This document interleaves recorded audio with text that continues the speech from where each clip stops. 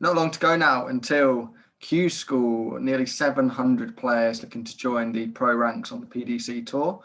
Got 29 tour cards available this year, slightly rejigged Q School as well. So we have stage one, which is split into two sections in both European and UK Q School. And there'll be plenty of players. There's plenty of opportunity in that first stage to get through until the second stage, where we believe there's 128 players in the European stage two, and then 128 in the UK stage two. And from there, we'll have 29 new tour card holders. There's a mix of some young guns coming through that we're seeing for the first time, some old names that have been there plenty of times before. And we're here to run through some of those names that we think may get a tour card this time around. And I am going to hand over to Sam Gill. He covers this tournament every single year. He's got much more knowledge than me, that can be said. There are so many names out there that you could pick out, probably in triple figures, to be honest, if you were properly going through the list. I mean, to pick a standout is a silly question, really, but there are just so many names, aren't there? Yeah, of course, you got the likes of Raymond van Barneveld making his comeback, which I think he'll get through to stage two, if I'm being honest, but whether or not he gets a tour card is another matter. Of course, you've got in stage 1A, you've got the likes of Daryl Fitton, Aaron Monk's making his comeback to the tour. Wes Newton and Kevin Painter are also involved, as well as, of course, the Queen of the Palace, Fowler Sherrick, who will look to make it second time lucky. Over at European Q School, like I said, you've got the likes of Van Barneveld, but he's got a tough stage 1A. He really does. You've got the likes of Adam Gablas, Nico Kurtz, Mario Vanden Bogard, and Richard Veenstra, who we both know quite well from the days of the BDO. In stage 1B, you've got the likes of Danny Baggish, Matt Campbell, John Part. It's a weird time with Q School, because ultimately it's usually this time of year that we'd have it. It's usually this weekend that we'd have Q School. I remember, I think it was Nick Kenny posted on Facebook the other day. There was a year since he got his tour card the other day, when they had the Facebook updates with Dan Dawson in the evenings and during the day during Q School. It's a tournament that I've covered for about, I think it's my fourth year covering Q School, but it's a weird time to be doing it in February, because January is usually a very busy month, as we both know, with the BDO and their demise now. We'd usually have Lakeside or the Indigo, and then we'd be straight into Q School. And now we've only got the Masters, but a lot of darts to look forward to going into Q School next month. That's for sure. Yeah, plenty of darts to look forward to. And I know lots of the pros. Was speaking to Glenn Durrant the other day. I believe that'll be out by the time this is out, and he was saying that he's going to be watching every dart. He's been there before. He knows exactly what it's about. Obviously, we know about the match dart for Matt Dennant, and the rest is history, really, with Glenn Durrant. There are many players that have been in that position, and there are going to be so many more this year. I mean, you can expect to see some names that we've never heard of coming through, and you can expect to see some of the more well-known names from the BDO days coming off the Pro Tour, and even on those challenge and development tours coming through. So I'll start off, and I'll throw first name into the mix. No, I'm not going to go for Raymond van Barneveld, but I'm going to go for some fairly obvious ones, I would say.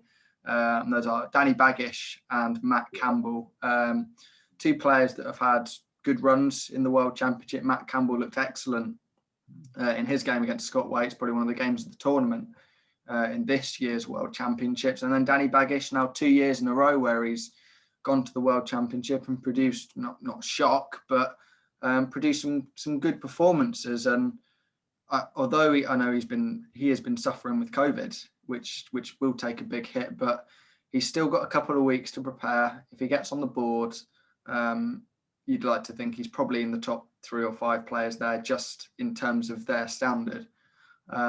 So for me, Danny Baggish and Matt Campbell are two names that I would expect to get through, but with travelling over, I don't know whether Matt Campbell's gone back. I assume he has to Canada. That may play a part, but they're two names that I expect to get through.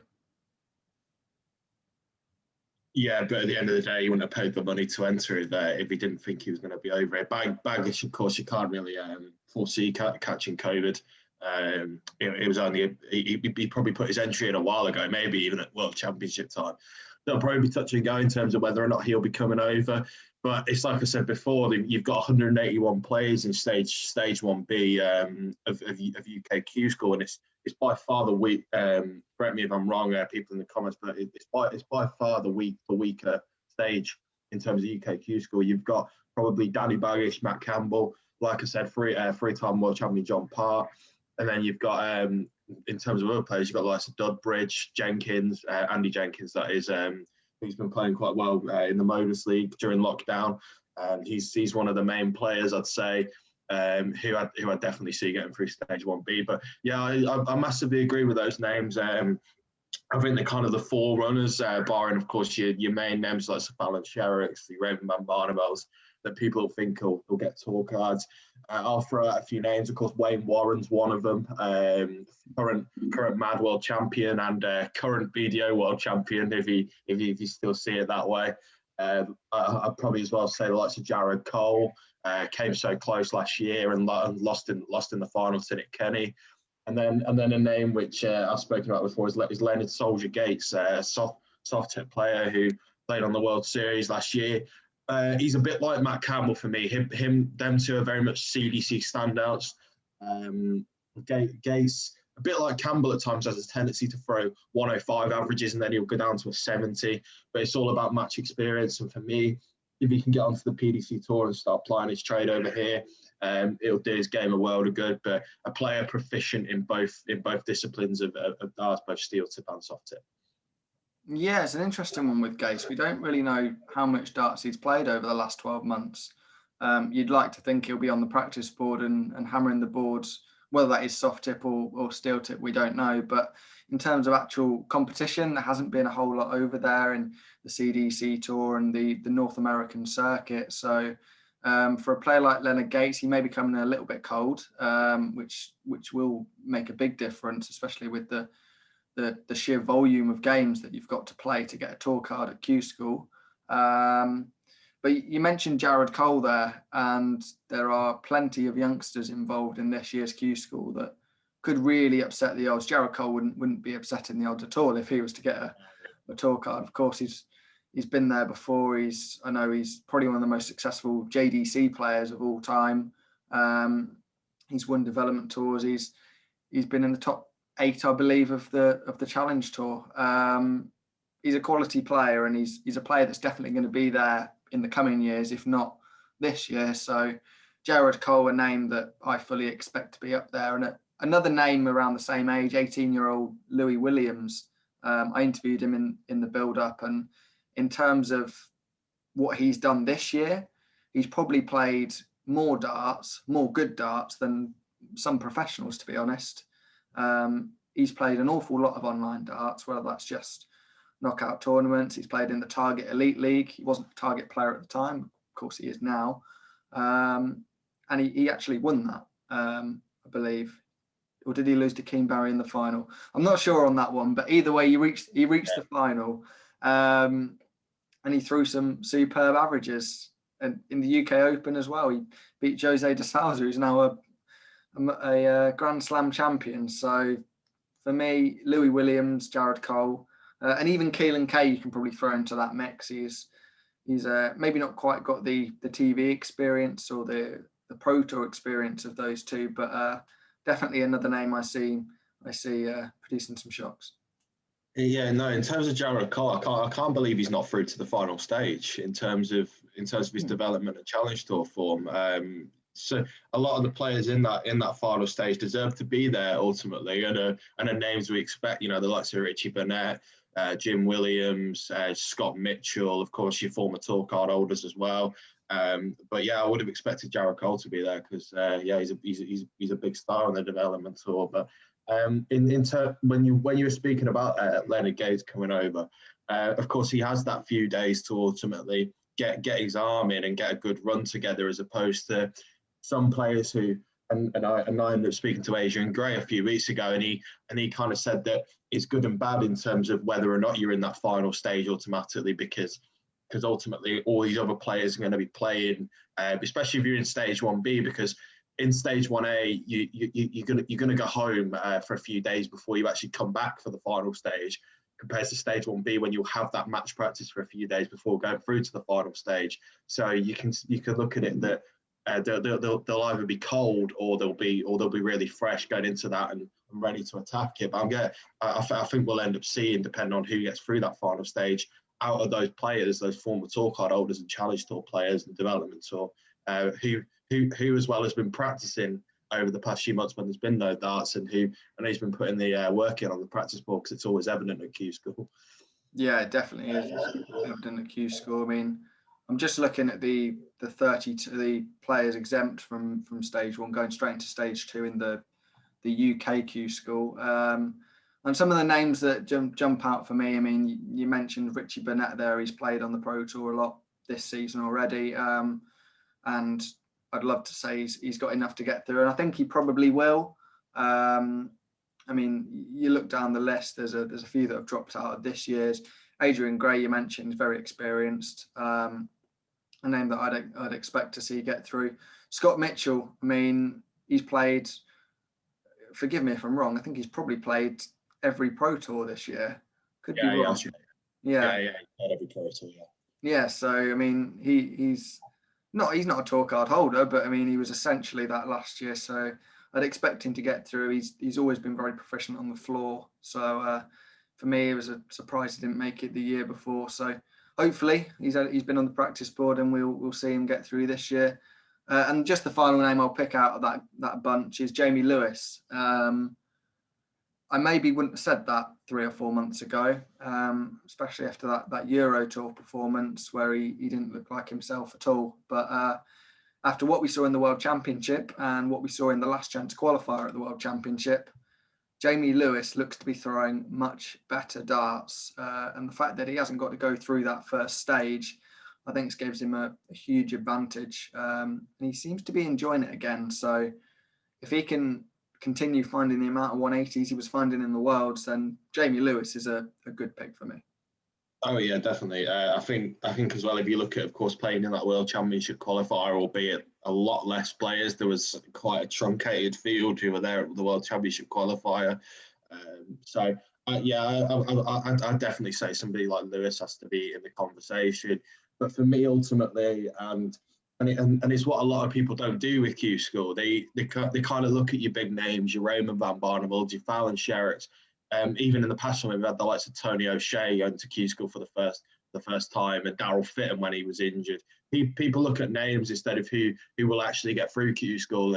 And for me, and looking down at this list, you've got to say the likes of even the likes of Nathan Derry, Andrew Gilding, players like that who have been there, done it at Q School, and may not be players who people pick automatically to get through. Conan Whitehead's another one for me. He can hit Tom. He can hit Tom averages a bit like some players. He doesn't really have a B game. He's ultimately 110, sometimes 75 the others, and for me, it's all about balance. And that Simon Stevenson's another good floor player as well. He's shown his stuff at times. And for a lot of these players, it's just been that they haven't really been getting the results on the stage and haven't been getting to major tournaments. And yeah, another player I'd potentially throw in, you're talking about young players, Dom Taylor as well, the skyscraper who last year played quite well early on, and I was surprised he didn't get a tour card. And yeah, I think he'll make a big splash this year. But again, it's like you say with Louis Williams, for example. He's been playing a lot of darts, but you don't know how much darts other players have been playing. It's not like normal Q School when you get players potentially either playing in the World Championships or Players Championship finals before that, and you get a gauge of how they're playing. We don't know, and we'll only know when we get to that final stage for some of these players whether or not those players in stage 1 will go ahead of them and claim tour cards, because of course it's as well in UK Q School you've got more chance than European Q School due to how the entry numbers are weighted, and yeah, so I definitely pick some of those names like Don Taylor, Simon Stevenson, Joe Mernon's another one me and you speak about quite a bit in terms of his ability to get through qualifiers and get his tour card. I think he'll probably do it again. he's very good at not playing well throughout the year, and then he finds something in these qualifiers. So yeah, I kind of say a mix of both names that usually get through Q School, and then of course one or two like Jamie Lewis who potentially are hyped up a bit going into Q School, who people think are going to get the tour card. Yeah, I mean, I'll just touch on a few more names before we finish on the UK Q School, and maybe a bit of an outsider, Martin Hennigan. I've had a look at his odds. He's 50-1 at the moment to get through Q School, which is huge odds on a player that has been doing very, very well on the online circuit. I'm not quite sure what he's been like in the professional competitive environment, but he's a player that's played very, very well online, and a player that I would expect to, well, I'd expect him to reach stage 2, and then I'd expect him to at least challenge in the second stage if he was to get there. And a player that I'm surprised not to see is John Williams-Jones.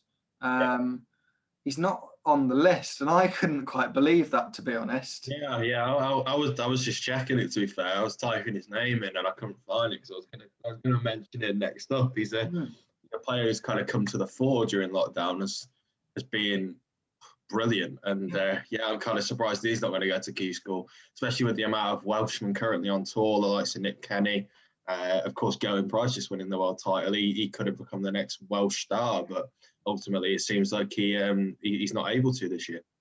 Yeah, he's looked incredible through lockdown. He's been one of the best players in the online tournaments, but obviously not made Q School for whatever reason that is, and hopefully he'll get the chance to enter in a year's time, and hopefully we'll see him in plenty of tournaments in 2021, because he is a fantastic player. The last player that I am going to touch on from UK Q School is someone that we're both a big fan of, and someone that I was surprised looking at the odds of when I was scrolling through them last night. I can see by the look on your face, you're not too sure who I'm going to say here. I'm going to say John Part. Oh yeah, John Part. Yeah. You look at his performances in the sort of the North American qualifiers for the Worlds. Was he 1 game away, 2 games away from making the World Championship? And his average was sort of in the low 90s mostly. Now that's pretty good darts. He's obviously got to get through an awful lot of games in Q School to make the tour, and it would be a sensational comeback if he did make it. But if he can consistently hit low 90s averages, he's in with more than a chance of getting a tour card. What do you think, Sam? Yeah, I agree. He played some of the CD. I believe he played some of the CDC tournaments when it was ultimately win 1 or 2 tournaments and you make it to the World Championship because of the truncated season they had as well. And of course, we ended up getting the likes of Danny Baggish and Matt Campbell come through that route. And of course, Danny Lauby is another name I'd potentially throw in there in terms of UK Q School. He's a quality operator. He showed that at the World against another one of your favourites here, Ryan. So, but yeah, John, for me with John, it depends how much practice he's been putting in, because of course he was over here in the UK for the Sky Sports coverage of the World Championships. Has he gone back to Canada? That, in my opinion, that's the big question, because has he been over here awaiting Q School like the likes of Hopai Puha have? He's been over in the UK. Cameron Carolison was until recently when he decided against playing in Q School. But it depends on whether or not John's been staying over here and putting in hard graft on the practice board, or whether or not he's gone back to Canada. Because if he's gone back to Canada, he might travel over here with Matt Campbell, for example. We don't know, but and it could affect his form ultimately if he comes over here having to self-isolate, etc., and all the procedures that they have to go through. But yeah, we kind of touched on it earlier with John in terms of his stage. He's not got the toughest stage, really. Of course, some players will be able to cause upsets, and it's not going to be an easy ride for him. But compared to stage 1A, he has it fairly easy compared to others. And it's like anything. If you can get through to that final stage, we could see John Part back on the tour quite easily if he can put a run together. He's kind of a player who will either, with his current form, he'll either fall away at the start of a tournament, or he'll end up going all the way to the latter stage. We saw it with the UK Open a few years ago when he came from absolutely nowhere to go on that run. And it'd be brilliant to see Darth Maple back on the tour, one of my favourite players. And And yeah, I'm looking forward to seeing him in action. Yeah, as am I. I mean, we'll move on to European Q School now. I know we've talked about a couple of names, but there are plenty of names there. It's never as competitive as the UK Q School in terms of depth, anyway. But there's certainly some names that have dropped out of the tour that you'd like to see get back on, and there's some new names in there that would be definitely interesting to see in the 128 this year. But I am going to start with a name that has been there before. And that name is Raymond van Barneveld. I mean, do we think he's going to get a tour card? I mean, you'd expect him to get through that first stage, as we've said. But when it gets down to crunch time, has he got the ability and has he got the mentality to get a tour card this year? You know my view on Barney as much as anybody, Josh. I've never been the biggest fan of Raymond van Barneveld. I can't lie. I've always been a Phil Taylor man. It depends on if he can be bothered. Ultimately, we know full well for his last year in the PDC, when he was handed invite after invite to such stuff as the Premier League, the World Series. He kind of had a terrible farewell by his standards, openly admitting when he lost to Darren Young that he was, it was ultimately not worth it in terms of his final year, and that it was going to take him a long time to kind of figure it all out. But he seemingly figured it all out and announced his comeback mid last year. And it depends ultimately whether or not it's just for money, because he'll have a lot of big name sponsors riding on him, getting through Q School and getting back into major tournaments and playing on the TV again, or whether or not he turns up and the strength of the field is too much. Because ultimately, with the European Q School, due to the numbers, you've got less chance of actually getting through to the final stage. No mind, usually when only one player wins through every day. But he still has the natural talent. He still has the natural ability for me. He'll always have that. He's one of those players who, when he's brilliant to watch, and it's always my bugbear with Barney, and it's one of the reasons why I've never been a big fan of him, is that he's either brilliant, he can either, when he's excellent, a bit like Adrian Lewis, when he's excellent and he's on full flow, he's brilliant to watch. But then when he can't be bothered and when it's not going his way, he can look very languid and bored, and he's very much vocal that he doesn't like the Pro Tour either and doesn't like those long days. So ultimately for me, it's up to Barney. For me, he's got the best chance if he gets through early doors, if he gets through on that first day of stage one. For me, then he'll have a few days to ultimately relax and get his arm in again. And then ends up going late. I don't know if I see him getting through stage 1A, even if he has a few days when he can't get results. But ultimately, with the amount of players that will, he probably will. But final stage is a different animal. But it'll be good to see him. Whether or not he gets a tour card or not, I'm kind of erring on the side he will. But at the same time, I wouldn't be shocked if he didn't, because of the strength of Q School. Yeah, I mean, I'm leaning towards the fact that he probably will, just on the natural ability. And I agree with you, the fact that if he gets some points on the board early, then I'd imagine he will rise in confidence. But if he takes a hit and he gets a really tough draw on day one, then you could see the old Barney sort of shaking his head. But for me, he's probably got more ability than anybody else in that UK Q School, in the European Q School, sorry. And if that shows, we don't know if it will show. We don't know what practice he's putting in. We don't know what his mind's like. There's so many factors. But if everything comes together, he should get a tour card. There's no two ways about it. But they're very competitive, those Q Schools. And if he can't grit his teeth and put the effort in during those long days, then I don't know, maybe we'll be seeing Barney on the Challenge Tour. Who knows what the future holds for him and Barneveld.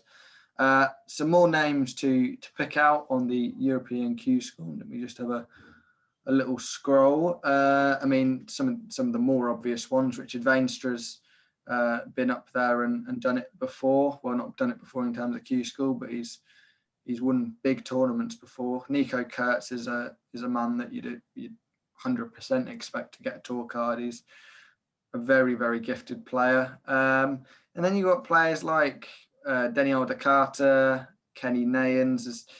There's plenty of players on there that can produce shocks. Any names you'd like to pick out, Sam? One name, Mario Vanden Bogard, Super Mario. A player that, of course, we both know well from his time in the BDO. A player who I expected to get through Q School the first year he did alongside Martin Kleermaker, because ultimately them two were kind of the standout players in the BDO for quite a long time. They were hoovering up titles left, right and centre and doing doubles over weekends. And I think he got a bit unlucky last year. I think a few of the draws didn't go his way, you know, and of course having one tour card winner a day and only a few coming through the Order of Merit, it is kind of unfair at times. And I believe he actually only just missed out a few pieces in getting his tour card on the Order of Merit. I think it was 1 point. Yeah, I definitely say someone like, I definitely say somebody like Mario Vanden Bogard. But he's in a very tough stage, and this is what I've said. Ultimately, you've got stage 1A is so hard. You've got the likes of Van Barneveld, Unter Buchner, Kurtz, Sebastian Steyer's another one, Jeffrey Van Egdom, Richard Veenstra, Lucas Veinig is another player who has in the past, Denny Older Carter, like you said, are all in that state. Chris Landman, Nico Kurtz, just going down this list. Boris Koltsov is also in that stage 1A. Any other names that jump out? Adam Gavlas is in that stage. Rene Idams, Mindauskas, Barauskas, teammate of Darius Lavanauskas at the World Cup. They're all in that stage 1A, and it's going to be really tough because there's going to be some big names missing out. In stage 1B, I believe you had the likes of Willem Mandegers.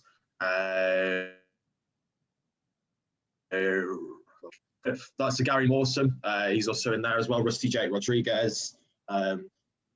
Ultimately a lot less of a strong field in that stage 1B.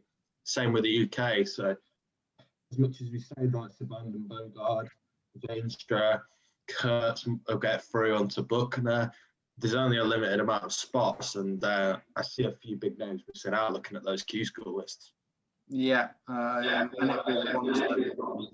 it'll be the ones that haven't put the practice in. So, I mean, we don't know who those are at the moment, but I'm sure it'll be pretty apparent after day 1 and 2 have passed. We look at some of the German names we've already mentioned. Nico Kurtz, but Michael Unter Buchner is a player that's played on the European tour a little bit now. Franz Rauch. I'm absolutely butchering that, I know. Obviously, Martin Schindler is. Sorry? Franz Roch, something like that. Yeah, there we go, Roch. Martin Schindler is a name you'd expect to get back on the tour with the darts he's thrown over the last couple of years. They haven't been brilliant, but he's a solid tour professional, that's for sure. There's plenty of players. Lucas Veinig as well, very good player on his day. So lots of German players you'd expect to get through. Oh yeah, definitely, especially with it being in Hildesheim as well. Not Hildesheim, Niedenhausen. Sorry, so used to being in Hildesheim. With it being on that complex and them not having to travel as far compared to, of course, the likes of Barney, you probably have to get there a few days before, and albeit, of course, he'll probably be able to drive to easily. Ultimately, you end up looking at some of these players through to the final stage. It's of course the likes of Martin Schindler, the likes of Brian Roman, Jan Decker, who I think will get through. Benito van der Pas, who I don't think will get through. But yeah, it's like we say in terms of the Germans, they've got a bit of an easier ride because it's on their doorstep, really. A bit like Fallon Sherrick when she's in Milton Keynes, but of course she'll have to stay at the hotel compared to actually staying at home, which is quite funny to think. But, I think a lot of Germans will get through personally, as well as a lot of Dutchmen, because there's a lot of them as well. Yeah, there's plenty of Dutchmen there. And one final name I want to touch on before we wrap this up, Damien Mole is a name that I've watched quite a lot in those final development tours. And he was probably very unlucky not to get to the World Youth Championship final. I'm sure you'll correct me if I'm wrong with that one. Thrown some excellent darts towards the latter end of the year. And if you look in terms of form, Damien Mole is probably one of the standout names in that stage 2 of the European Q School. A terrific player alongside the likes of, I mean, Gert Nenches is a name that's been there and done it. Mike Kuyvenhoven, I was a little surprised to see him lose his tour card. I believe it was very, very close for Kuyvenhoven, but so many Dutchmen you could pick out of that pack, but they're some of the standouts for me. Yeah, in terms of Kuyvenhoven, of course, his loss to Matt Edgar, the primetime player, kind of screwed him over in terms of his tour card. He got to quite a few majors, so I was kind of surprised, like you say, that he didn't end up getting through. His pro tour form is all right. Of course, he still holds that unbeaten record against Michael van Gerwen, one of only, I believe, 2 players now. I think him and Toon Grieb are the only 2 players who have actually got winning records against Michael van Gerwen. Another name I've thrown, Neil Zonneveld, who I think is a dead cert to get his tour card back. If I'm going to put money on anybody, and you know me, Josh, I'm not a betting man, but if I was to put any money on it, it'd be on Neil Zonneveld. Benito van der Pas, I'd stay well clear of Benito. I don't think he'll get back on the tour. Marco Cantel is another one for me, who's shown form in the past and has been playing, of course, on the PDC Nordic and Baltic tour. A bit like the likes of Labanauskas, Rasma, so actually has a tour that he can play on that he gets that experience from. Of course, played the World Championship. Kevin Dutz is another one. If you're going on Dutchman with Damien Mole, another player who was a standout towards the back end of the development tour. But again, it's been quite a few months since they've played in the development tour. And as we've kind of seen in the past, there's been players who have won development tour titles that haven't really taken it forward. So it'll be up to them to almost reproduce that form over a 1, 2, 3 day stint to get their tour card. And it's the same for everybody, really. They've just got to put all their form into those 3 days. And for some, they end up burning out and don't get the tour cards. And for some, it proves brilliant. And going back to UK Q School, there's a few names who aren't there who some are surprises, some are not. The likes of Paul Nicholson and Mark Webster, of course, are now mainly in the media, especially on the side of Webby. I'm not sure on the decision with Nico, but a shame not to see them two try and Q School this year. A few rumours that kind of came out with the likes of Martin Adams, which I think was going to happen. Ted Hankey was another one, but I believe he's not in the best of health at the moment. So yeah, ultimately, it's always fun seeing those Q School lists every year, because sometimes we get those shock names going through, like when Scott Mitchell first went to Q School, like when Glenn Durrant did. But we haven't really had a lot of them this year. We haven't had a big name who has been quote unquote BDO for life that has switched over, the likes of Adams and Hankey. But yeah, it's still going to be a brilliant Q School, and I'm looking forward to it, despite having to cover it for nearly 10 days. But you know, we'll find a way. Yeah, I'm sure you will. I mean, there's going to be plenty of darts for people to watch over those 9 days or so, and I'll be covering the roundups in the evenings after the days here on Tungsten Tales, and if you want to follow it sort of round by round, I'm sure you can head over to dartsnews.com and follow what Sam's doing. He's got much more of an idea than me, that's for sure. So yeah, thank you very much for watching. We've picked out plenty of players there for the tour cards. I'm sure we've picked out more than 29, to be honest, but 29 tour cards available at Q School this year, 9 days of action, and looking forward to it. And we'll see you very, very soon.